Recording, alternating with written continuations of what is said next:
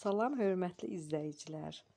Postlardakı sualların daha çox səhv olanını izah etməyə davam edirik. Birinci hissəni çəkmişdik, ona baxa bilərsiniz. Bu isə ikinci hissədir. İkinci hissə üçün ən axıra postların ən birinci postuna düşdük və burada görürük ki, ən birinci söz burada məşhur sözüdür və məşhur sözündə çox səhv var.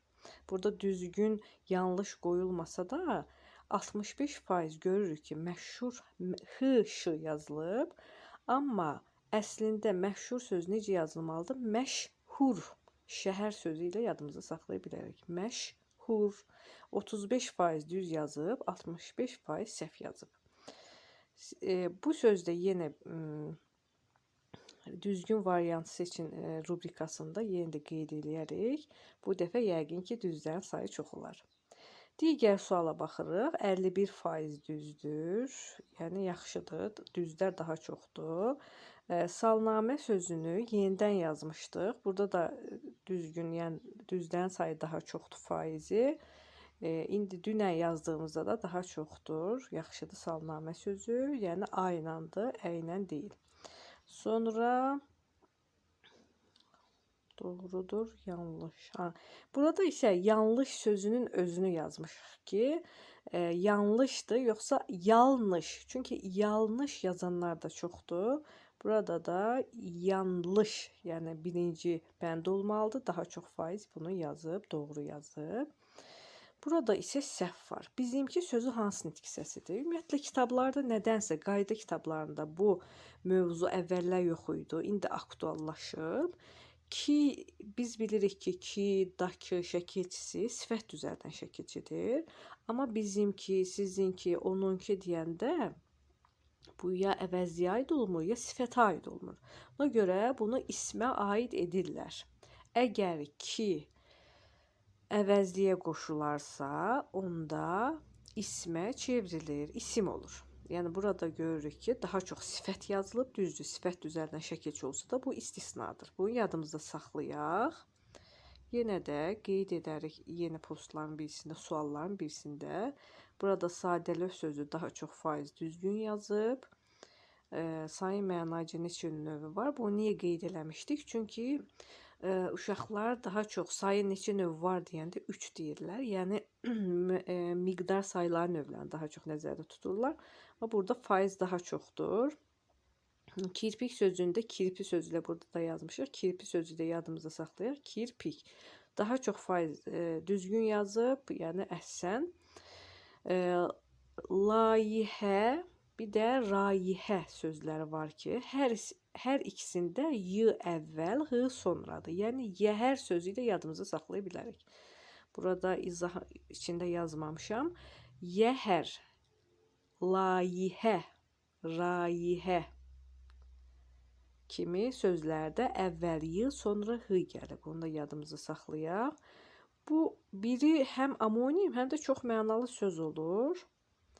Burada daha 44%, yəni daha çox faiz baş sözünü yazıb. Amma biz yadımızda saxlayaq ki, göz və baş sözləri amonim olmur. Yalnız çox mənalı olur. Amma burun sözü amonim olur, həm də çox mənalı olur. Məsələn, burun coğrafiyada keçilən, yəni yer, sahə, burun mənasında, bir də insanın burnu. Bu olacaqdır amonim. Bir də var ki, gəminin burnu, ayaqqabının burnu. Bu da olacaq məcazi mənada çox mənalı söz. Bunu da yadımızda saxlayaq. Bu səhvi bir də etməyək. Burada 38% daha çoxdur. Yəni düzgün cavab daha çox yazılıb. Siz də əgər bu hissələr işləməyibsinizsə, onda yavaş-yavaş aşağı düşərək bu sualları işləyə bilərsiniz. Burada da 54%, yəni daha çox faiz düzgün yazıb. Düzgün yazanları yəni ki, daha çox düzgün yazanlara baxmırıq. Burada 59% düzgündür. Burada 70% gözəl, 52% yaxşıdır, 51%. Burada da yenə bayaq dediyim kimi layihə və rayihə hər ikisində yığ. Burada 49%-nə 51% çox yaxındır. Yəni bu sözlərdə yadımızı saxlayaq, səhv etməyək. Əjdaha sözü daha çox düzgün yazılıb. Bu sual düzgündür, amma bu sualda səhv var. Komik sözünün hansı nitq hissəsi olduğunu deyin. Komik sözü dilimizdə ümumiyyətlə elə sözlər var ki, vurğusuna görə fərqlənir, həm də nitq hissəsi fərqlənir. Məsələn, deyək ki, qrafik.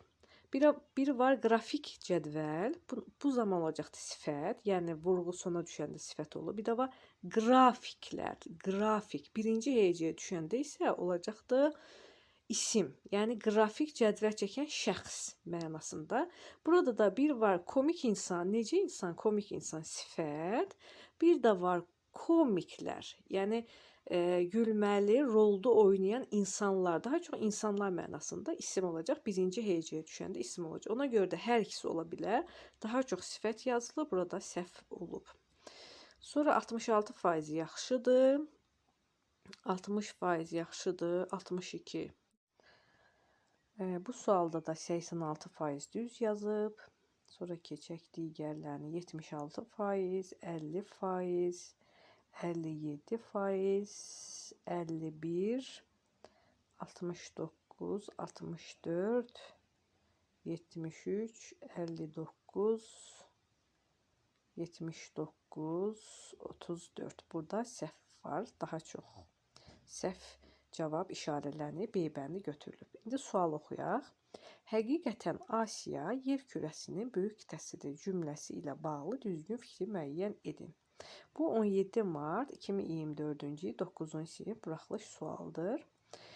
Burada yazılıb ki, düzgün fikri müəyyən edin. Daha çox 38% yazıb ki, xəbəri isimlə ifadə olunmuşdur. İndi biz baxaq. Həqiqətən Asiya haradır? Yer kürəsinin ən böyük qitəsidir. Bu ismi birləşmədir. Üçüncü növ təyin söz birləşməsidir, yəni ismi birləşmədir. Yəni bu yanlış fikirdir B bəndi. İndi düzgün cavaba baxaq. Hər iki cümlə özündən ibarətdir. Bəli. Asiya haradır? Yer kürəsinin böyük qitəsidir. Olur xəbər. Hara yer kürəsinin ən böyük qitəsidir? Asiya. Həqiqətən sözdə modal söz, ara söz olduğundan bu təhlil edilmir. Ona görə cavabımız olmalıydı D bəndi.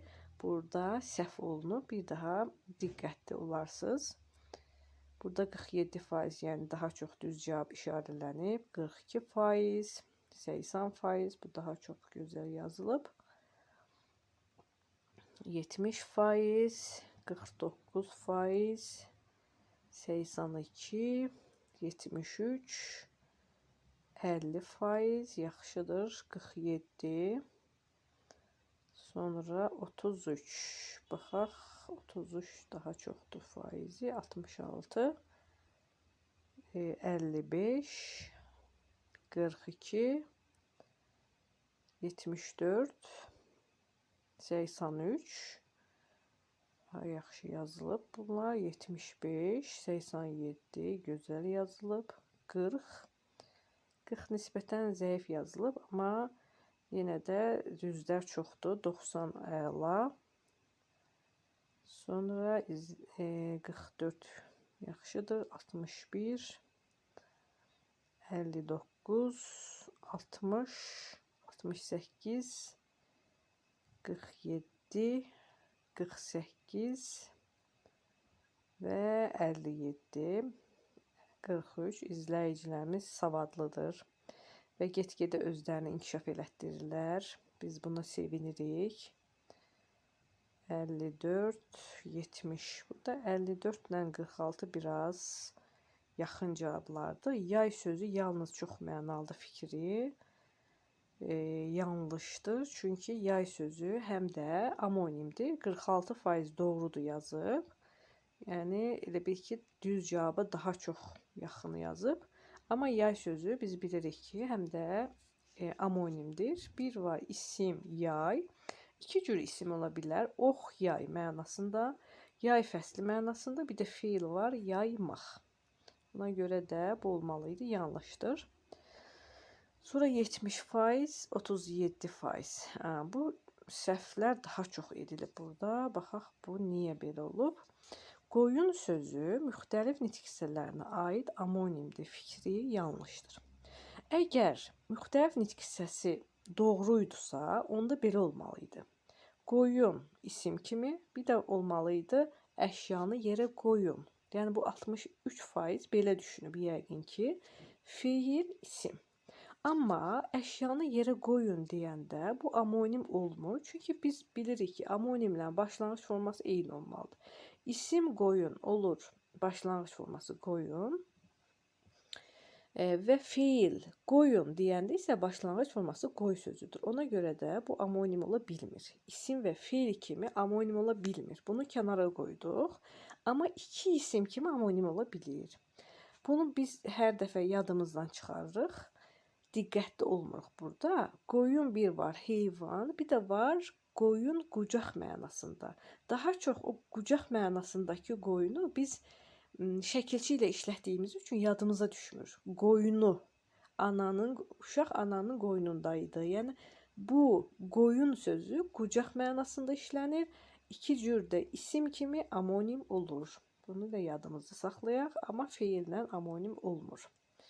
78% yaxşıdır, 76% yaxşıdır, 78 yaxşıdır, 43 yaxşıdır, 25. Burada da çox böyük səhvlər var. 75% hətta səhv yazıb. Sifət, say, isim və əvəziklər substantivləşərək mübtəda vəzifəsinə çıxış edir fikri. Qeyd edim ki, bu sual hazırki 9-cu sinif dərsliyinin, Azərbaycan dili dərsliyində olan bir sualdır. Orada doğru yanlış cavabları, yəni suallar var idi. Onun içərisindən bir cümlədir. Bu çox düzdür, çaşdırıcı sualdır, amma biz hər zaman diqqətli olmalıyıq. Bizim əslində savadla yanaşı mütləq diqqət olmalıdır. Diqqətsiz olsaq, savadımız olsa da səhv edirik. İndi biz burada düşünsək, burada sifət, say və əvəzliklər doğrudur. Burada izahında da yazmışam, düzdür. Yenə də qeyd edim, sifət, say, əvəzlik olsaydı doğru olacaqdı. Amma isim özü isimləşə bilməz axı isimdir o. İsmi təzədən isimləşdirməyə ehtiyac yoxdur. Ona görə də bu fikir yanlışdır. Yəqin ki, yadınızda saxlayarsınız, əziz izləyicilər. Bu ikinci hissədə bura qədər. Gələn dəfə yenə buradan başlayıb digər səhvlər üzərində səhvləri analiz edərik. Sağ olun.